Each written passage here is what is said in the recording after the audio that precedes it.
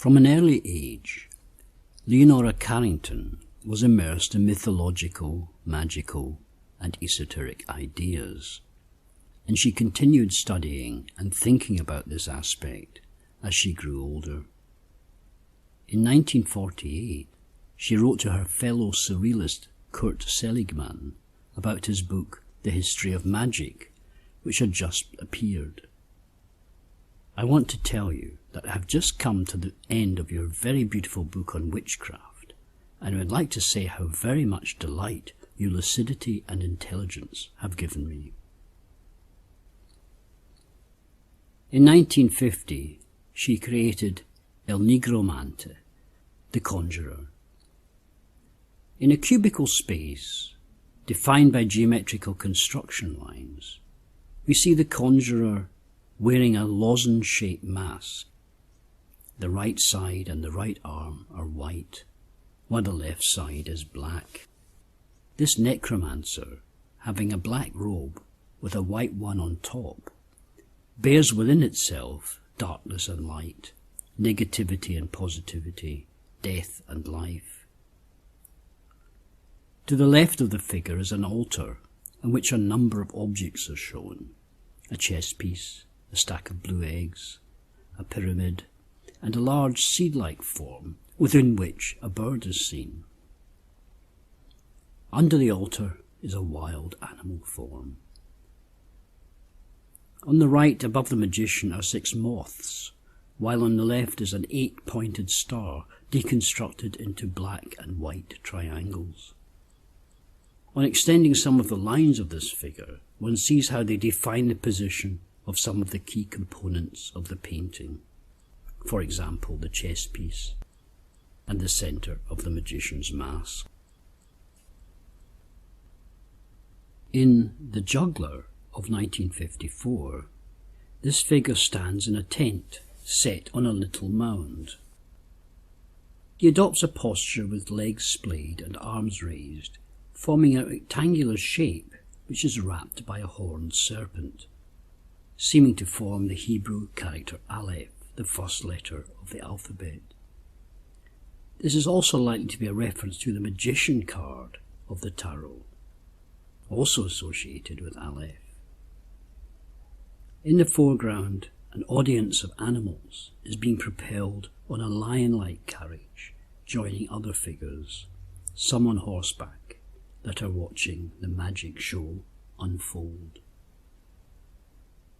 The juggler surely relates to the Temple of the Word, created the same year. Here, instead of a juggler's tent, the ritual action takes place in an Egyptian-style temple with hieroglyphic columns. In the courtyard at the bottom, various spectators are seen. In the central ritual space of the temple, 2 strange human-animal hybrid forms approach each other. The one on the left is primarily dark, while that on the right is more white in tone. They are likely to be the priests of this temple of the word. From their mouths, spiraling coloured forms emerge. One can see these forms as the sounds they are intoning. These merge to form a strange human-bird hybrid with a lozenge mask-like face, which could be seen as the word composed by the 2 priests. In Judaism, the 4-letter name of God could only be pronounced by the high priest in the Holy of Holies, a reserved space in the temple in Jerusalem. The priest figures in the Temple of the Word surely relate to the 2 ritual operators in Sacrament at Minos from the same year, 1954.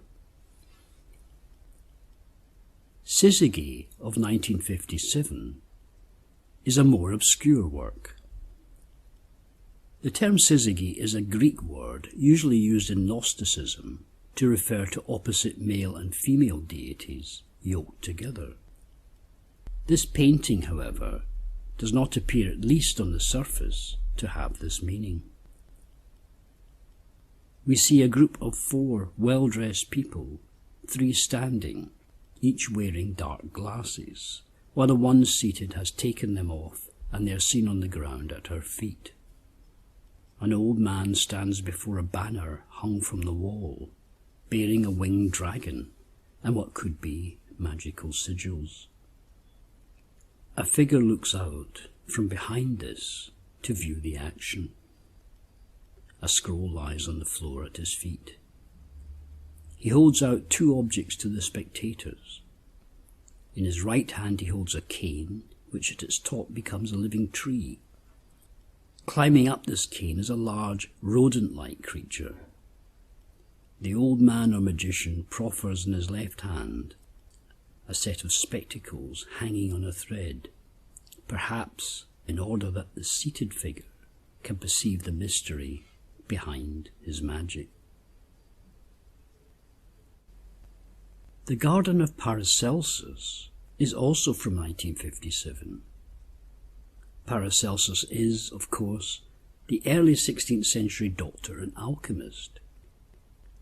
Carrington obviously had a deep interest in alchemy as part of her esotericism.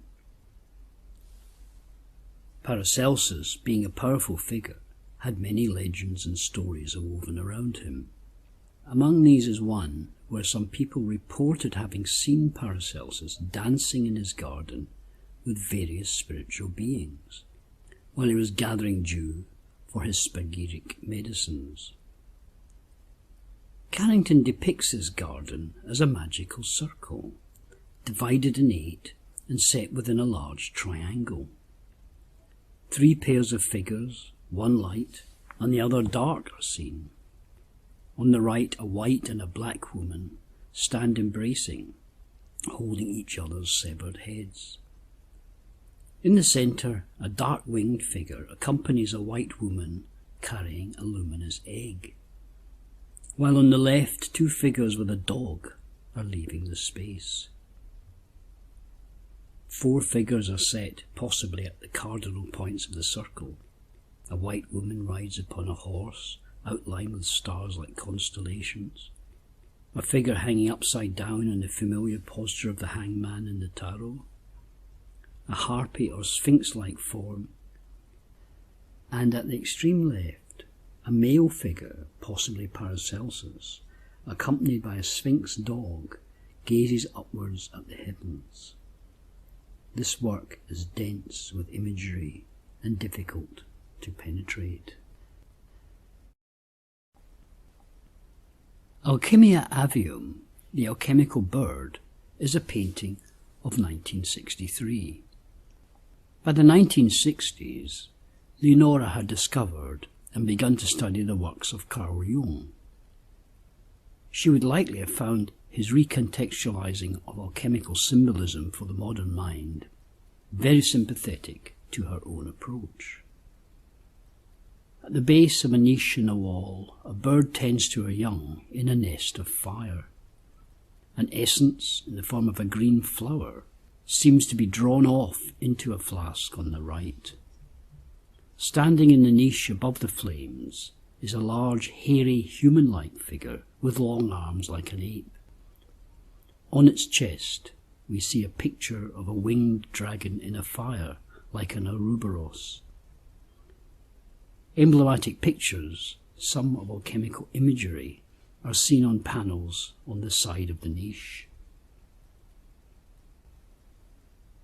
1964 saw her creation of the intense emblematic alchemical painting, the Chrysopoeia of Mary the Jewess. This is a tour de force of alchemical imagery. Mary the Jewess is supposed to be one of the earliest writers of alchemical texts. Sadly, her writings have not survived, though she is mentioned by the 4th century Greco-Egyptian writer Zosimos. The Greek word chrysopoeia means the making of gold. At the bottom of the painting we see Mary, here as half human, half lion. She points to her gold-making magic while looking up towards a strange bird, perched on top of a mask-headed, possibly female figure, adorned with brown feathers. Below her we see a black and a white-headed animal, possibly, as in other of her paintings of this period, reflecting the polarized ideas of darkness and light, death and life. Various male Jews gaze on her alchemy, but she does not engage with them. In the distance behind her is a large kerotakis, a kind of distilling furnace that Mary the Jewess was said to have invented. On it we see inscribed actual Egyptian alchemical sigils. Around this, in little circles, are geometrical diagrams found in alchemical texts. In this painting, Leonora Carrington seems to be placing the female figure of Mary, who is open to the spiritual energies of the living world of animals, plants, and alchemical substances, above the rather rigid, hierarchical philosophy of the male Jewish patriarchy. Also from this year is The Burning of Giordano Bruno. Giordano Bruno was an Italian Dominican friar who wrote on philosophy, mathematics, memory systems, and a wide range of subjects. He got into trouble with the Catholic Church for his embracing of the Copernican view of the cosmos, which he extended by writing that many stars would have planets around them, and thus there was an infinity of worlds. This so conflicted with church teachings, some decades before Galileo, that he was burnt at the stake as an heretic in 1600. Carrington appears to have read Francis Yates's book, Giordano Bruno and the Hermetic Tradition, which was published in 1964, as she uses some of Bruno's geometrical and hermetic diagrams, which Yates had reproduced in her book. The painting has no straightforward narrative, but we see Bruno upside down, being burnt at the stake. In front of him are two animals, a lion with a geometrical diagram on its head, and a goat with a caduceus growing out of its head like a unicorn's horn. The space of the painting is divided up by geometric construction lines, perhaps indicating the mathematical background of Bruno.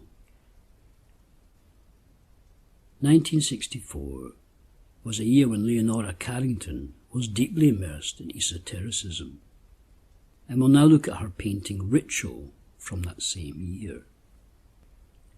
In an enclosed space, a group of dark-robed priests, seemingly all male figures, stand around a square, bright red ritual space into which they have conjured a luminous, human-headed serpent with 6 human hands. It breathes out an essence while the priests gaze on attentively. Behind this, an old bearded man, perhaps the master of the ceremony, raises his hand as if to control the spirit, which seems to have metamorphosed into a cobra-like snake, causing the figure to the left of him to leap into the air. The ceiling of the ritual room has a number of images of human-headed totems.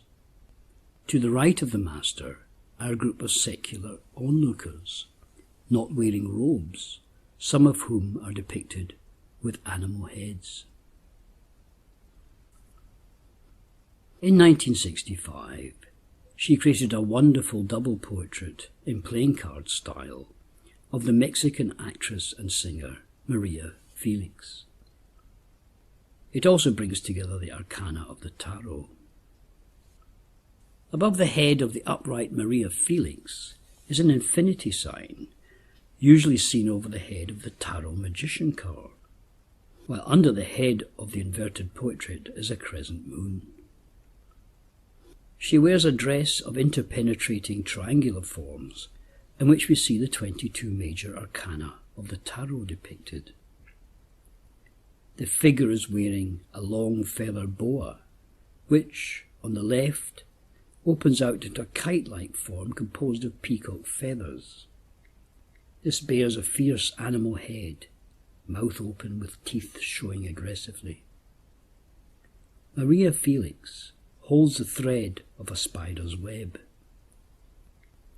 In the background are 4 horned statues set upon a wall, and in the sky above this an octopus sends out its tentacles. Leonora was also fascinated by the Kabbalah, especially the Sephirotic system of the Tree of Life. In 1965, she produced the Polyhedron of Hod. Hod is one of the Sephirot, often given the title Splendor. In the Kabbalah, as in Judaism, God or his various emanations cannot be represented in human form. So Leonora here resorts to a complex geometry of lines emanating from the dark circle within a square and evolving into circular forms. A year later, 1966, she created the Candle Game. The space is divided by construction lines, forming a sort of rectangular alcove, within which 2, possibly Jewish figures, stand with their backs against the opposite walls of their magical chamber, so as to face each other over a ritual space. They appear to be sending streams of breath, or perhaps magical words, towards each other. An animal form stands behind each of these ritual magicians. 10 candles are set out in a geometrical pattern on the ground around a central flame. Though there are 10, they are not formed into the geometry of the Tree of Life form.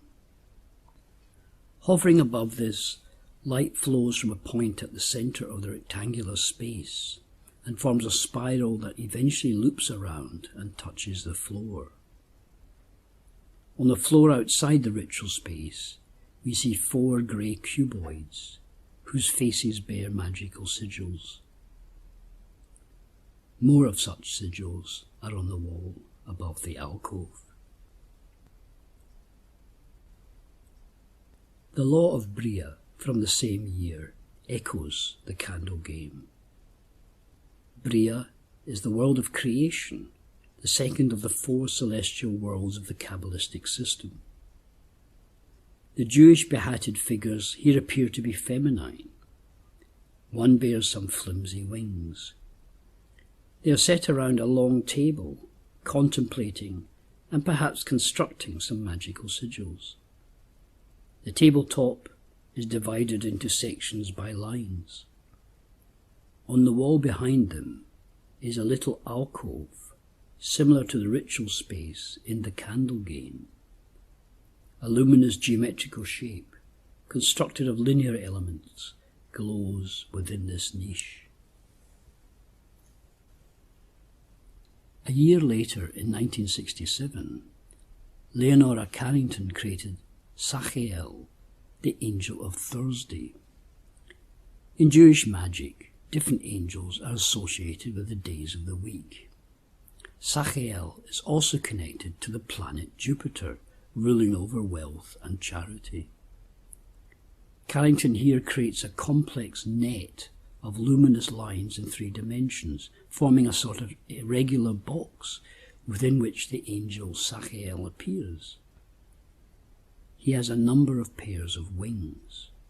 His body is almost contained in a large triangle, whose base is fixed on the dark square enclosing the circle, the vertex of the triangle being at the bottom centre of the painting. Sachiel has a flat face set horizontally within the net of lines.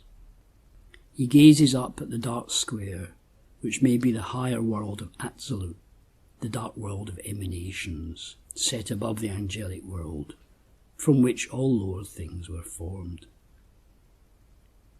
Her use of rays of geometrical lines we also saw in the Polyhedron of Hod. In 1969, she continued her exploration of the Kabbalah with her Tree of Life painting. Here we see the familiar form of the Tree of Life as the 10 luminous spheres which emanate from the head of the figure at the top centre. She even includes the dark, shadowy Sephirot of Dat. The animal forms around the tree are possibly cherubim, or angels of the 4 worlds of the Sephirotic tree. 2 Jewish philosophers are set at the base, contemplating its mysteries.